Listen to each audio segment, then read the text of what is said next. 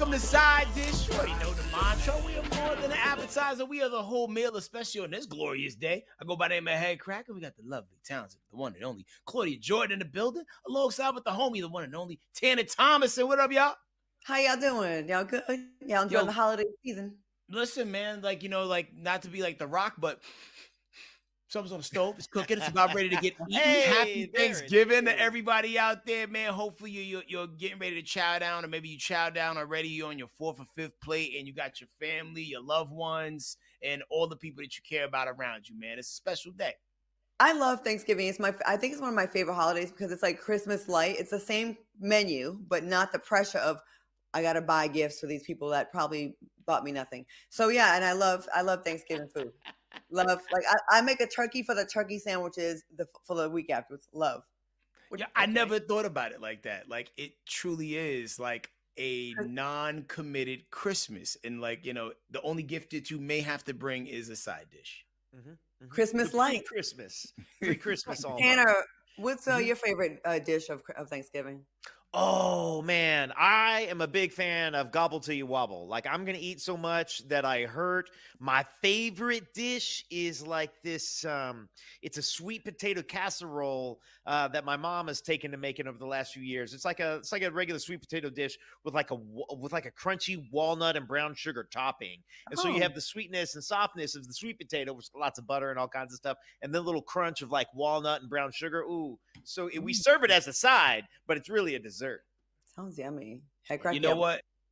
So my go-to is ever since I got introduced to fried turkeys, the game has been changed. It is hard to go back to your classic slow roasted oven turkey after you had the amazing fried turkey, whether you're getting it from somebody like Turkey Todd. Even Popeyes, I think, actually has a fried turkey that they'll whip up for you, and you just go pick it up and just reheat it in the oven. It just changes the dynamics, but also like far as home recipes, macaroni and cheese with crushed up frosted flakes on top. Oh wow, I gotta try that. It's something about that salty sweet balance that just slaps, and it just creates a crunchy coating on top of the macaroni. It bangs. It's an old school Queens recipe that I've taken it and I've bastardized it and I made it my own. Sometimes I'll drizzle like a little honey on top of it just to keep the diabetes going. You know what I'm saying? Get up some more. Let's go. You know what I mean? I think we should exchange recipes sometime and like do a little side dish cookbook. Side dish sides. Oh, I'm about it. What's your thing? I like it all, but a simple thing that's like, it seems like really that's the one you're gonna pick right now. It's mashed potatoes, like garlic mashed potatoes and gravy. Although it's like such a simple thing, why do we wait for just Christmas and Thanksgiving to have that? Like throughout the year, I hardly have mashed potatoes. It's only like holiday. Like why? You boil mashed potatoes, you smush them up with the milk and the garlic salt and the whatever seasons you want, parsley and butter. And it's a simple recipe. It's so good, but like, why do we only have it like twice a year? It's so good. I don't know, because usually as far as making it at home, but Boston Market used to have an amazing mashed potato, and they just started disappearing like cave people. You used to be able to throw a rock in any direction, hit a Boston Market. And even in Atlanta, everyone I know is gone, and it makes me sad because they had Thanksgiving food every day. Every single day. And that sweet potato, the sweet potato that they had, so good. Okay, I'm hungry now. Let's get to everybody trying something new. All right, well, Raven-Symoné, she chatted with Tish Cyrus on the Sorry We're Cyrus podcast, and Raven revealed her reason her music career never continued. Check it out. You ever want to continue to do music, or? Oh my goodness, yes, I definitely did. But what happened is that the mandatory outfit was a bathing suit, and I'm not going to get in one. I just felt there was a time in music where it was like the more naked you are on stage, the better it is. And I'm not going to do that. So I said no. And then also I had some back and forth with the record label that I was with. Somebody called me.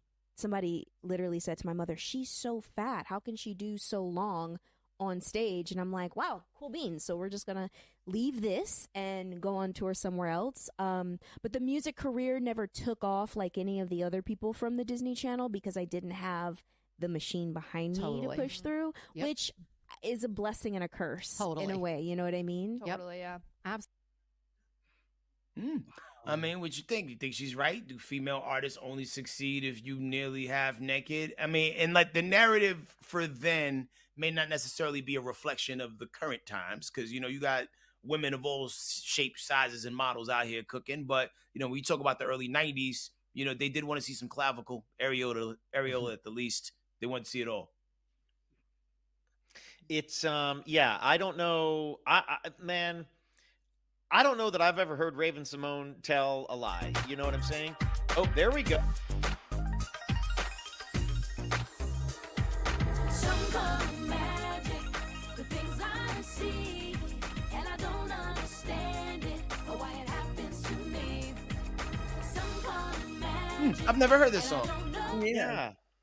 Well, and it's so interesting, like in particular, the Disney actress to pop star pipeline followed a very well-established playbook, and it involved a lot of midriff. There's no two ways around it. It involves a reframing of this person from being a wholesome, very family friendly, like the Jonas Brothers. I mean, I know it's a different thing, but they started out with purity rings. And so it's like it starts off in a very specific direction, a very specific flavor. And then like a freight train taking a dirt road, they shift gears and they put it over here in another territory.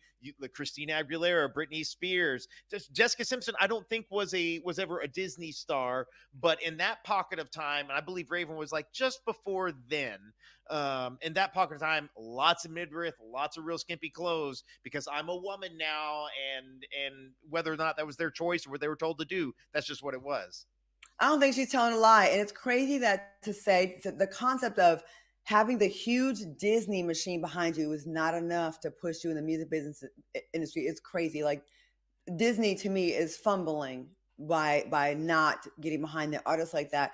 And it's like so hypocritical, isn't it? Like when you're on television and doing their shows, you have to be so wholesome. But when they want to go to music, you got to like slut it out. And that's the only way you make it. But that's just kind of how that, I mean, it's again, what came first, the chicken or the egg? Is it the companies or is it the consumer? But I think Raven looks so pretty in those videos. Headkrack, you said it. I've never heard that song. How are you with Disney and zero marketing was done that we ever, like we're in the know with media. I worked with her before. I'm sure we all have met her before at least, right? Or worked with her. Mm-hmm. For us to not have known this song, and she was a huge star. I think it's such a disservice. And it sucks that for women, if you're not selling sex, like it's kind of like thanks, but no thanks. Well, before this record that we just showed, like she did have some songs prior to that. There was a single that used to play all the time, I think on like, I'm not even gonna say all the time. There's a video that I saw a couple times on like, whether it be like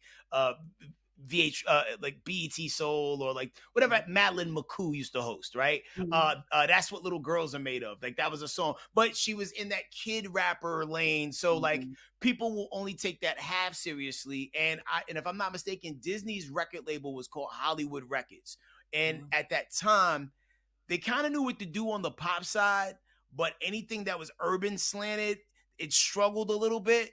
And they just didn't really know how to make that stuff shake the way they was able to make some of the pop people. So like, like there might have been a little bit of like mismarketing, misguided, image consulting going on there. But like, I mean, man, she was a cheetah girl, right? That was a thing, right? I think she was. Do we not let that count? Because like, I don't know, as an adult man, I wasn't watching it, but like that was big. I heard about that, right? But even you saying that, we both had to be like, I think so. It wasn't like a hell yeah. You know what I mean? We were like, yeah. It would be a little weird if HK or myself were like, oh yeah, the Cheetah Girls, Adrienne Bailon, Raven-Symoné, we were like, who else, Hannah? That's it. That's it. That's all I know. I believe there's 3 or 4 of them. And here's the thing. I apologize to the Cheetah Girls right now. It wasn't for me. Chris Hansen enters the shot and be like, tell me more. Hilarious. All right, let me get us out of this. Let me save y'all. All right, the Netflix Eddie Murphy documentary, Being Eddie, dropped back on November 12th. And while on a promo run, a reporter dug up an interesting fact about Eddie and funerals. Check this out. That I do whenever I prepare for an interview is I kind of see what people are Googling, searching, just in case, hey, can I answer, a question that people have?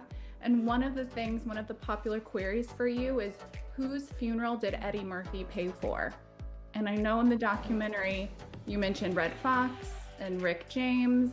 You bought a tombstone for Billy Thomas, the actor who played Buckwheat. And then I saw in a recent interview. And I bought a tombstone for Tim Moore, who played the Kingfish on the old Amos and Andy shows. Then there are a lot of friends and relatives that have paid for a lot of funerals. But I don't go to funerals though. I pay, but I ain't coming. Why do you not? It's too much. It's too much for me. I've been to 2 funerals in my life. My biological dad and my stepdad. And it's just too much for me. Wow. Okay. Thoughts on this? I mean, he's made sure a lot of great Black icons in the business had a proper burial, which I think is very admirable about him. What do y'all think about this? I mean, for me, it's like, everybody takes grief and loss in a different way. And, if that's your way of showing love by like, supporting from afar and just, sending energy that way, it is what it is. You just can't put that emotional gravity on everybody because not everybody handles it well. And especially when you're such a high vibrational, upbeat guy like an Eddie Murphy, who's supposed to always be the life of the party and make everybody laugh. I think, there's a component of you going to a funeral makes it not about the person now. It's now about you. And you're taking energy away from the person that they did to celebrate. And sometimes it's just too much for a person. Like, I can't even fathom the thought of going to a sibling's funeral, because I have 6 siblings, you know what I mean? The parents' funeral, it is what it is. I mean, like, you're going to go or not. He went to his dad's, but, not everybody can take that weight. So I respect it. I think, HK, I've thought about it before with other celebrities and other scenarios, like the attending of a wedding and different things of that nature. But the idea of Eddie Murphy showing up to a funeral is going to wreck whatever funeral that is. He's talking about like showing up for his fathers and his stepfathers, like the men who raised him and who at the very least he, had to be there. But I cannot imagine Eddie Murphy showing up to a funeral and then the proper, and this is going to sound bad, maybe this makes me judgy, but he is such a big star, especially if it's a funeral he paid for, especially if he paid for these tombstones, where it's like, not only are people going to want to thank you for the good deed that you did, but he's also such a gigantic celebrity. It's hard for me to imagine that it would stay focused on the reason why people should be there. Does that make sense? Is that crazy? No, not at all. And you know what, celebrity or not, I don't think people should be judged by the way they handle grief because everybody is allowed to handle it the way it's best for them and the way it works. And people shouldn't criticize, oh, you didn't show up to the funeral, or you didn't do this, or you didn't do that. I mean, some people just don't do well with seeing their loved ones sitting there about to be put in the ground or awake. I mean, I've been to wakes where I'm sure we all have. It's traumatizing when you see the body of the person. It doesn't even look like the person that you remember when they were alive. And that's the last image you have of them in your head. So kudos to him for looking out and making sure some people that were not properly taken care of were taken care of. But hey, if you feel like we need to skip the festivities, the celebration, just honor them the way you see fit, who are we to criticize you? I'm not mad at that at all. Yo, but that getting a tombstone for Buckwheat was just, because like if you're a hardcore SNL person, you know that he played Buckwheat on the show, and for him to send that love back was crazy. And I know he paid for the tombstone because I know he probably died before like the tombstone was even needed. I definitely would have went to that funeral as a Little Rascals fan. Like I was like, yo, is Darla here? What she look like now? Like, just out of curiosity, because it was a different time, the 80s. Wow. Darla. Okay. Oh man, haven't thought about Little Rascals in a long time. Classic, absolute classic show. Also, Buckwheat. Anyhow, all right, keep it on trucking. This week, this Thanksgiving, and dun dun dun, white people news. Actor Tom Hardy is known for, guys. We know Tom Hardy, known for movies like Venom, Mad Max, or what was the one he was in? He was the prison guy that I like so much. I'll think of it in a second. Internet detectives have found out Bronson. That was the one I was thinking of. If you haven't seen Bronson, see that.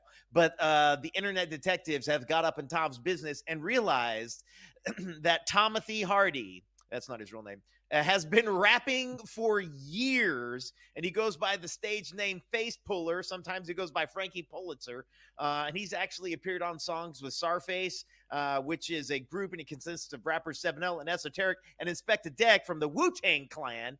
Here, pay attention quickly, is Tom rapping.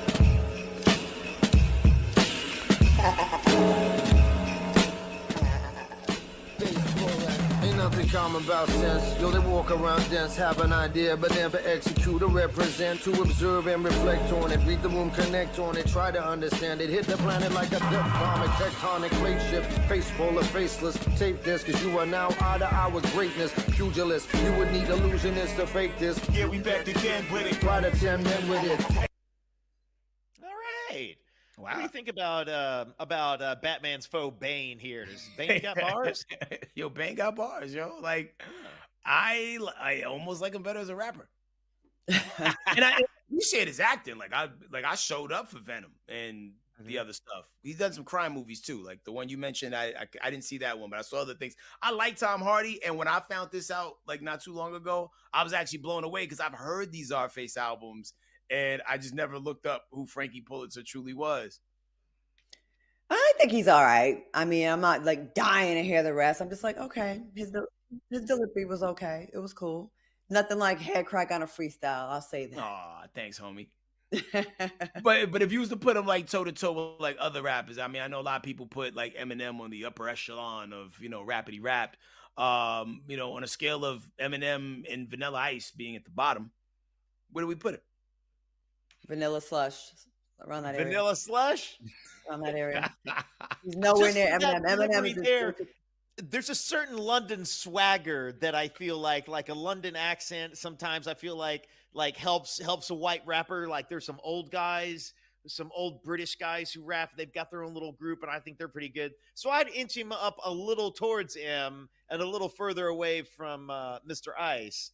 But I'd have to take in more. Also, kudos to him for releasing that Czarface thing with a Carnage and Venom cover. Hello, a little dust over the Their band. stuff always has like a comic book type aesthetic to it. You know what I mean? Yeah. They got a great body of work. It's not for everybody. It's like if you like underground rap and you know you like to wear Timbs in the summer, they make music for you.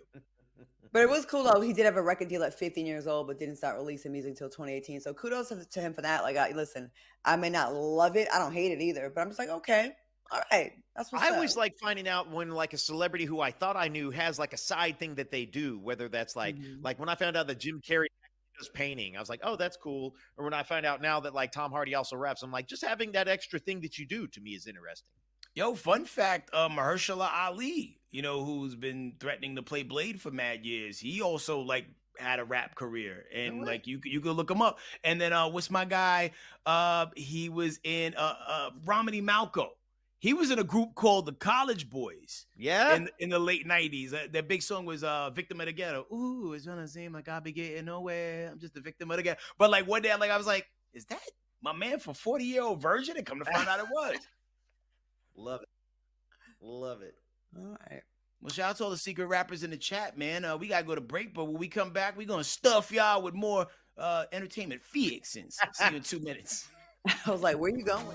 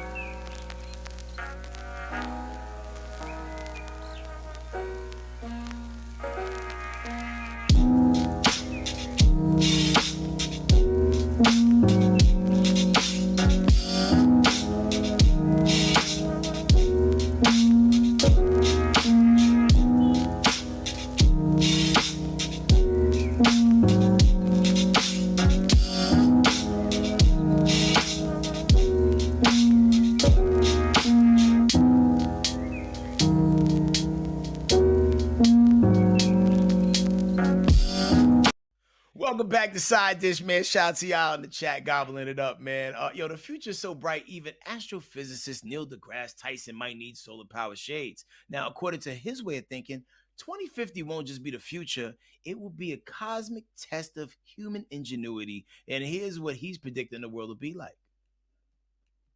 So, some of the things that he said.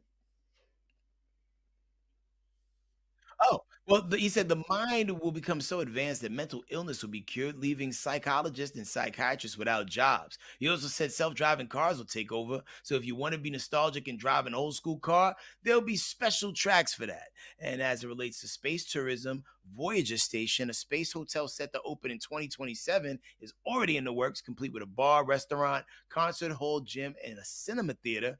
And they said we also develop a perfect antiviral serum and cure cancer. Medicines will tailor to your own DNA, leaving no adverse side effects. Good luck with that, Big Pharma.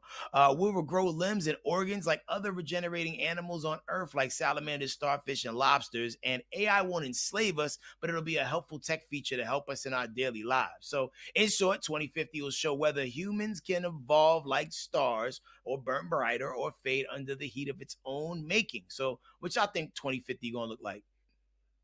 I don't know if it's gonna be so bright the way things are going right now, but I'm here for seeing people regenerate limbs. I wonder if that could work with other things. You know what I mean? Like if you're Like deficient what? in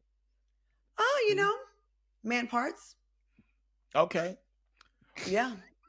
Interestingly enough, like say like if you like got it lobbed off, like would it grow back on its own, or would it just be small like a little Doberman tail, like not grow back to its full thing? Not a Doberman tail, not just like, hey girl, no, my God. Yeah, little nub, little nub, downstairs nub. I don't think. Wow, man, that would be sad. sorry, Like, okay, I listen. I know you just woke up from this terrible accident. Fortunately, we hit you with the magic serum. It is gonna grow back, and the doctor goes to walk out of the room. You're like, it's gonna grow back the same, right? And he's like, but it'll come back. I do think the cars, though, I feel like the self-driving cars, I don't think that'll even be 2050. I feel like that could be 2040, 2035. That's coming quick. I mean, it's That's already happening here now. now. Have you ever driven in a self-driving car? Anyone? The No, but I Waymo was or dating. I was dating someone that put both of our lives in jeopardy. This showed how much he loved me, and that's why it didn't work out. He had a Tesla, and it drove itself. We're going from New York to DC. I fall asleep in the car because I'm thinking, my man got our back. We're gonna be safe. I look over, mouth open, full on sleep at the wheel, 18-wheeler, 30 feet ahead of us. I'm like, oh my! I'm like, wake up! So yeah, I'm not with the driving cars thing. I am traumatized from that. Okay, so yeah, sorry. I don't even let my car self-park. I am terrified. Like I keep hitting a button and then I'd be like, no. Like it just doesn't make sense to me. And every time I see a Waymo like ghost riding itself, I'm like, because like, how do you know whose life to save? In a split second decision, and I wouldn't want to leave that up to computer chance. And everything that they were saying about like medicines to cure this and that, we got them already. But it's these daggone pharmaceutical companies who make so much money of giving you like a percentage of what could cure the thing, or like the Food and Drug Administration allowing things on the shelves that create these conditions to where we have to continue to take these terrible things, but they ban other things. It baffles me. So the second that like all of a sudden they're not reaping the financial benefits of the use of the stifling of a cure, they're going to always continue to sell that because that's where the money is. That's why people go missing every time. They be like, we got the cure to blah, blah, blah. Exactly. And they lied to us before. Aren't you guys traumatized? We all grew up like looking forward to the year 2000, right? And remember they said, oh, by the year 2000, it's going to be moving sidewalks everywhere and cars going to be flying. Y'all lied to us. They lied. What would you guys like? What would you really want to have in the year 2050? That's like not on this list. That you're like, oh, I really hope they have. Like, I do like think of a sky hotel or a little space hotel. That'd be cool. I would like a portable lie detector test where you just like have a chip and you can like see if when they're lying to you, people. Ooh, something's like very Black Mirror-ish. wow. Okay, I would like to sell like STD gum. for the people who outside, you know what I'm saying? Like, like, yo, great conversation we're having here tonight. We want to escalate things, take it to the next level. Take a little chew of this. And what if they have HIV, their What does gums it turn do? green or How does it work? Depending red. on the severity of the thing, the gun will dissipate.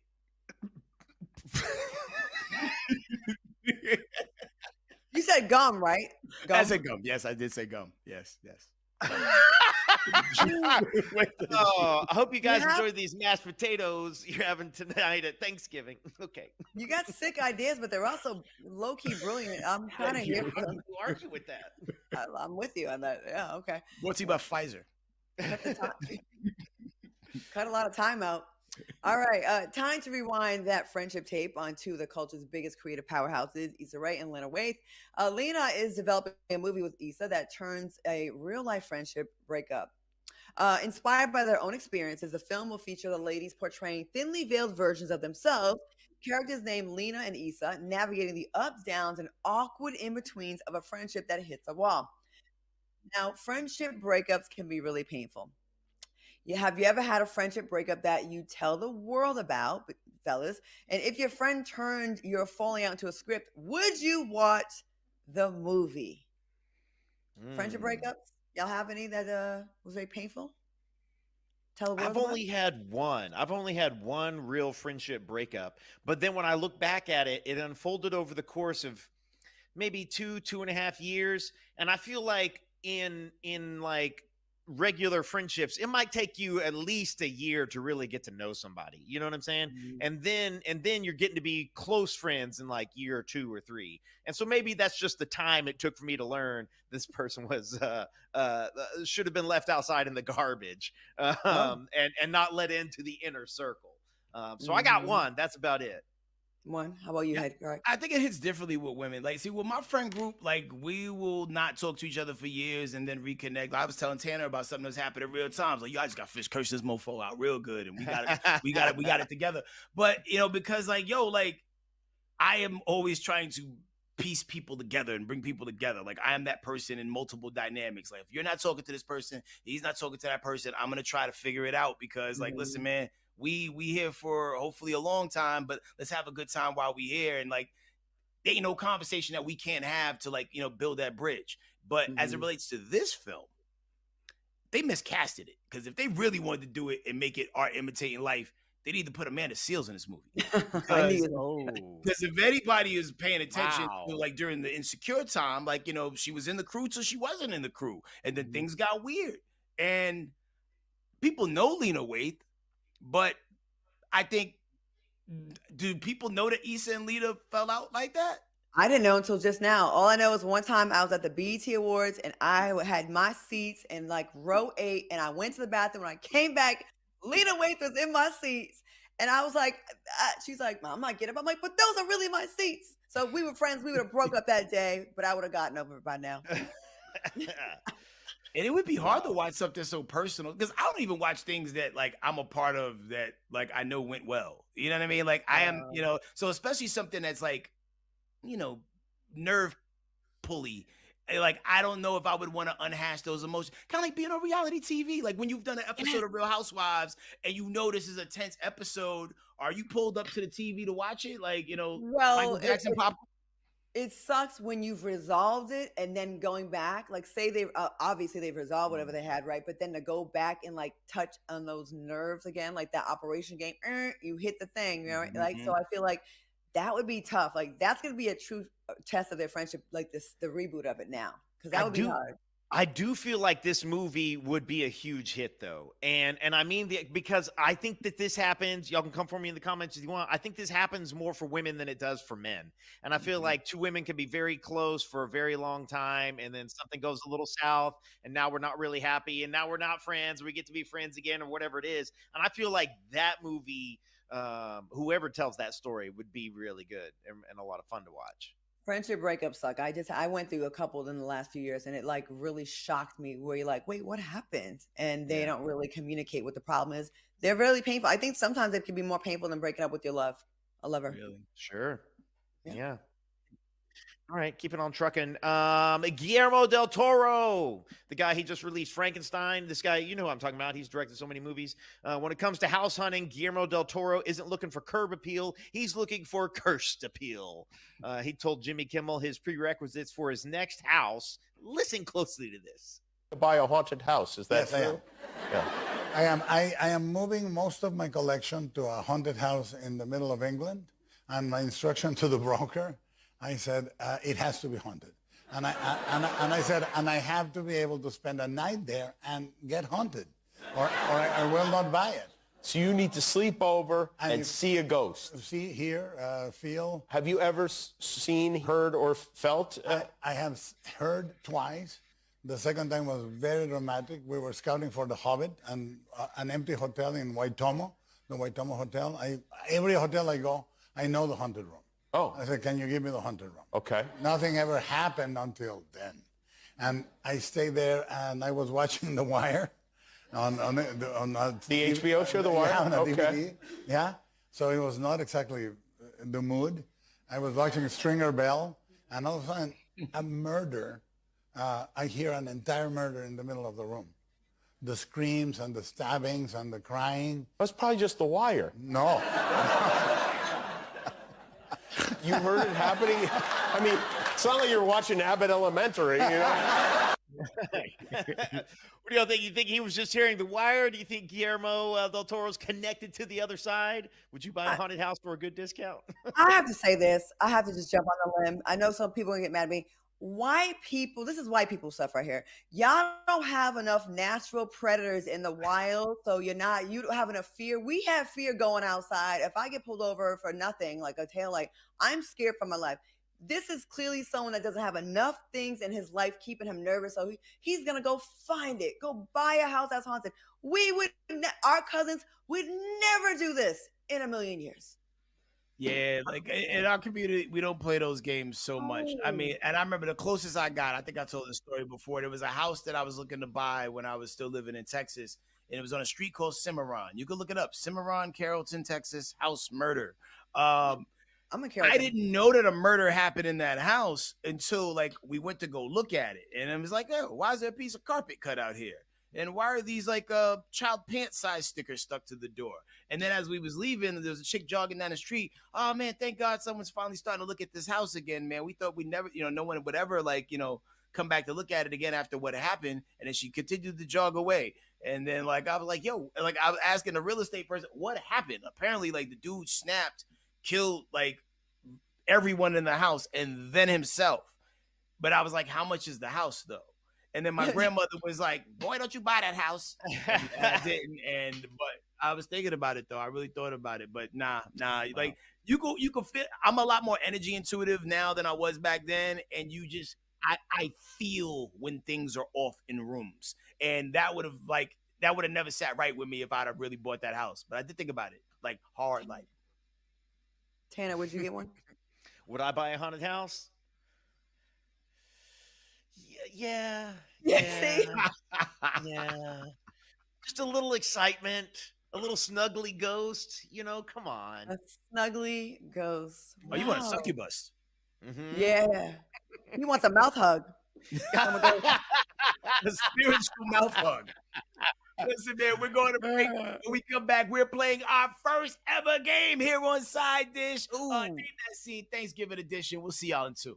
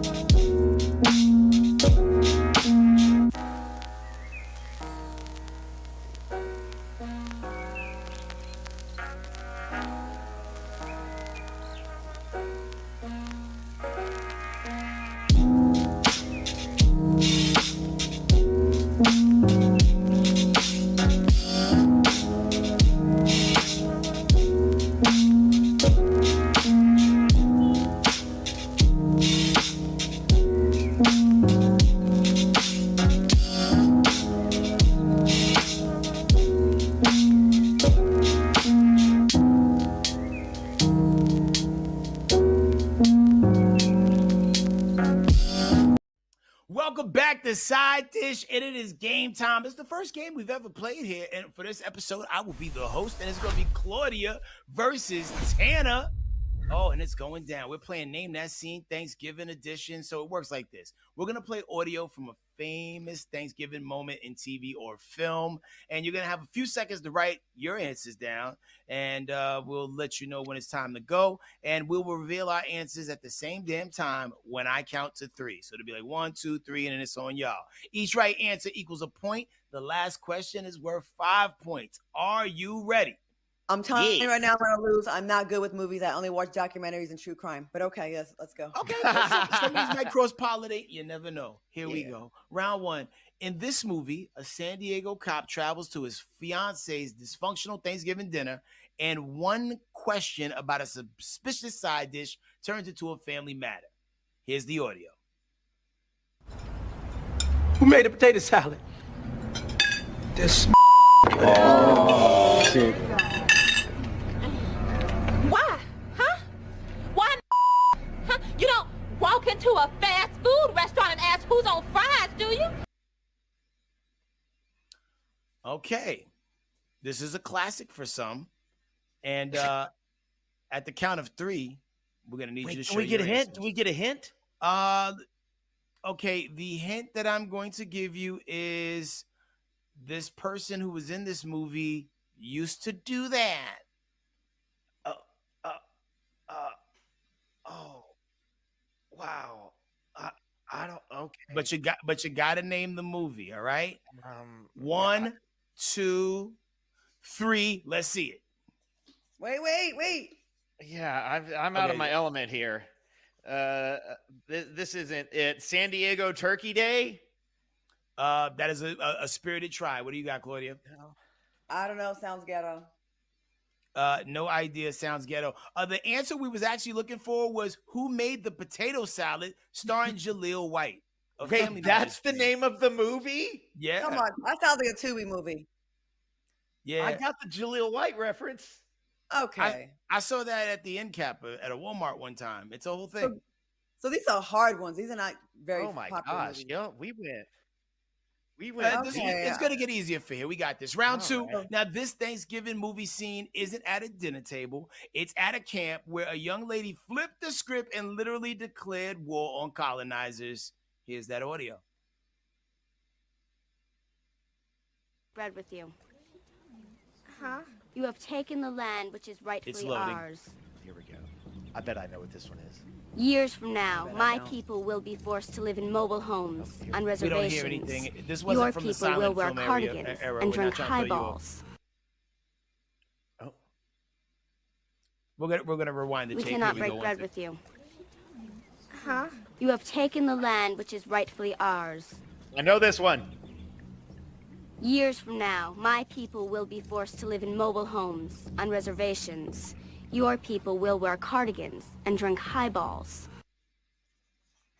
This movie is one of my favorite movies because it's nearly perfect. Claudia, I'm sorry. I knew this one from the jump. Would you like a clue, Claudia? Would you like a clue? Yes, I have no idea. The main protagonist in this particular scene had 2 braids, delivered a deadpan delivery. It's a dark comedy, and a lot of crazy things were at hand. Oh! All right, 1, 2, 3. Show us your answer. That would be Adam's Family Values. Okay. I was going to write Pocahontas, but I doubted myself on how to spell it, so I stopped. Totally understandable. All right, we're going on to round 3. This has a classic movie right there. All right, so we're just gonna hit you with the audio for this one. This is a situation where there was it's a 90s sitcom Two crews face off to cook the best Thanksgiving dinner, but someone's turkey ended up with not one, not two, but three legs. Check this out. I ain't never seen a turkey with 1, 2, 3 legs. 3. Oh. Wait a minute. Count it. Just Well, count it let for me yourself. Count it. Count it. Okay, Just take your time. Okay. Don't count. You got 1, 1, 2, 2, yeah, 3. 3. How y'all feeling about this one? Do you need a clue? Man. Yeah. This show is based out of a one-bedroom apartment in Detroit that hosted all their friends until they got kicked out. And this happened a lot, them getting kicked out. Oh my God, this is so hard. A lot of times, you know, they would made to be get to stepping.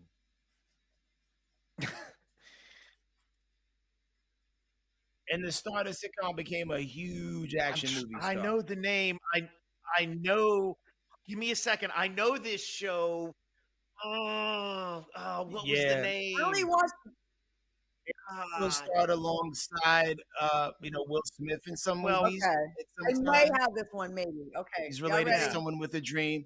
All right, 1, 2, 3, let's go. Martin? Martin, there we we go. 2 points, 2 points. I Right, was each one of writing this at first. I was really off because I heard the The voice. Jamie Foxx show? Damn. I don't know any of these, but okay, I got one right. Yo, that Pam should have been a dead giveaway. Now, here we go. Round 4. Now, in this series, which came on TV, a queer woman comes out to her family with the help of her longtime bestie, but a question about the yams is what set things off. Grandma Ernestine, your yams turned out really nice this year. You got a little nutmeg? I said your yams turned out really nice this year. Did you add a little nutmeg? She added nutmeg. Don't you ask another question. Nutmeg, cinnamon, whatever the hell. You know what go in the damn yams. Okay, that's Kim Whitley. Okay. That did sound, yeah. It definitely was giving. It definitely was giving. Now, here's a hint. This show was written and directed by the creator of The Chi, who recently said she didn't want kids. And also a comedian actor who also played on Parks and Recreation. Okay, so someone came out as a lesbian? Yeah. I'm just gonna I'm taking a shot in the dark. Okay. If we was Also playing on Whose Parks Cousin and Is This, he would be classified as an other cousin. Damn it! When you said my But you have to name the show, though. The Parks and Rec Connect is really throwing me. And it was on Netflix. Oh, I'm so wrong. Okay, let's see that wrong answer. This recent? Yeah, fairly recent, and then it was forced into hiatus due to a date that went terribly wrong. Yeah, all right. You ready, Tanner? I got. I Alright. don't have anything. 3, I got 2, nothing, 1. guys. Blank slate from Tanner and Living Single is what Claudia put up.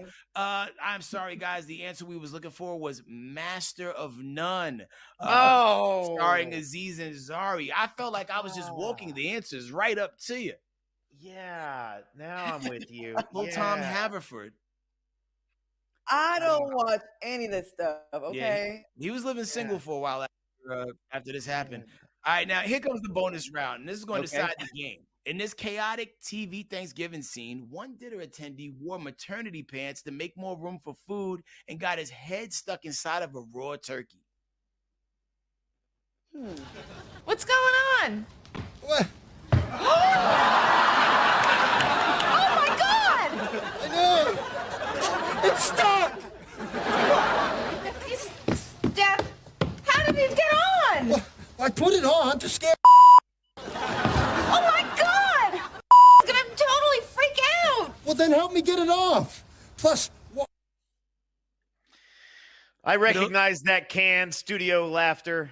Oh yeah, that multi-camera '90s laughter. Ready? I think I maybe because the voice.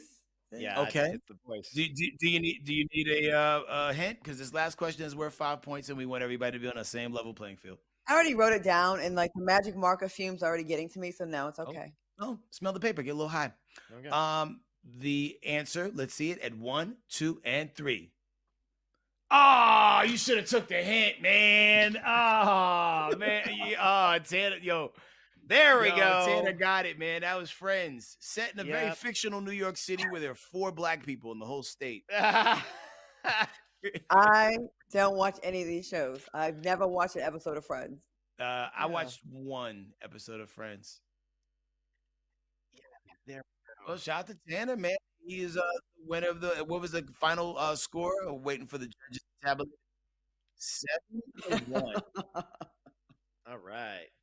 Next time Damn. we'll do something more geared like in the world of maybe like documentaries and true crime, just to like just balance it out. Make sure everybody gets a chance to shine. Yeah, that's why I flourish. Or like any kind of gambling trivia or cats.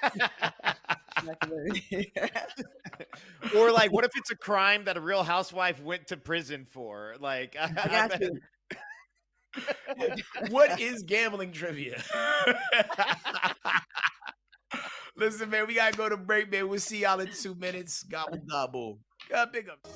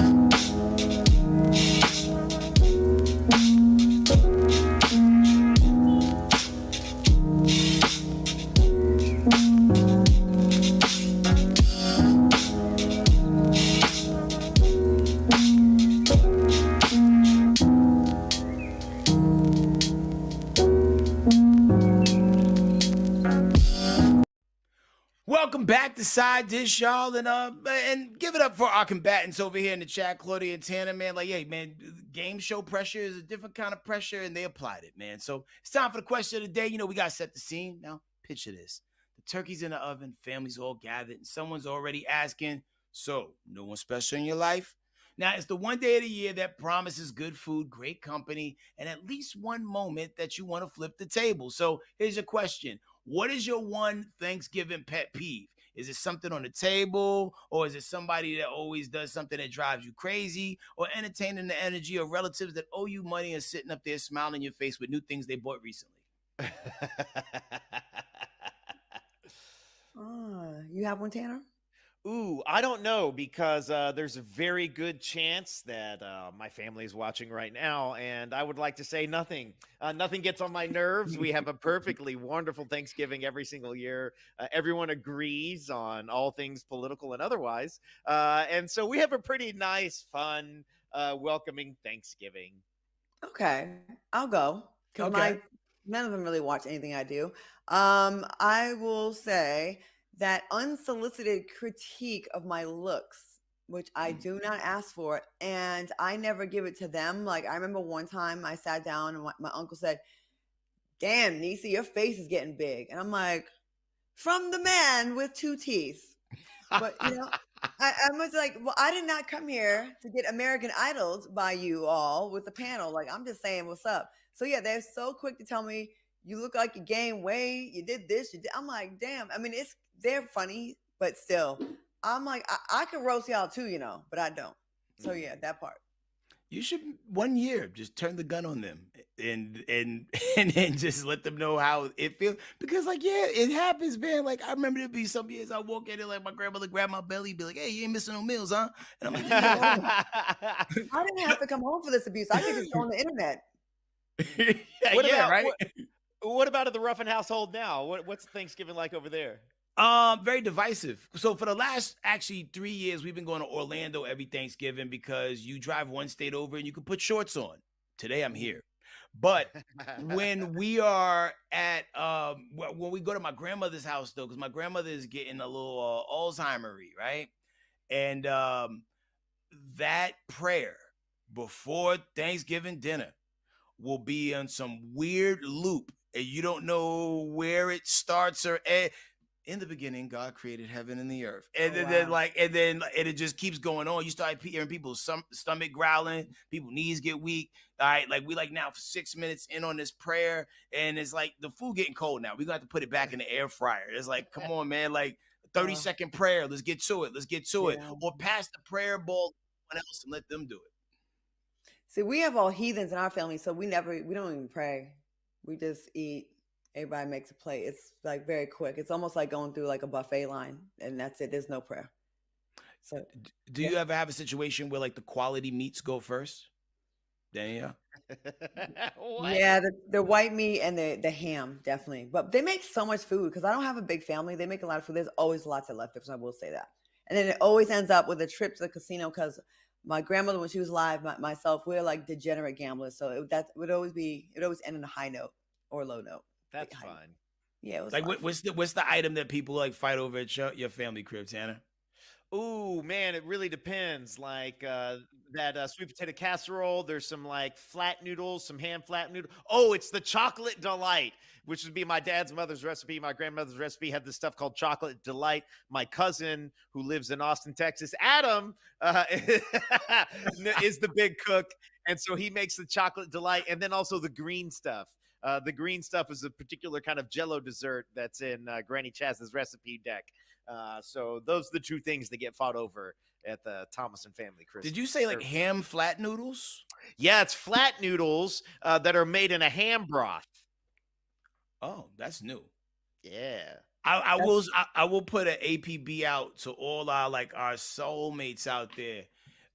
If a white person from the South offers you some pecan pie, go for Take it. Go for it.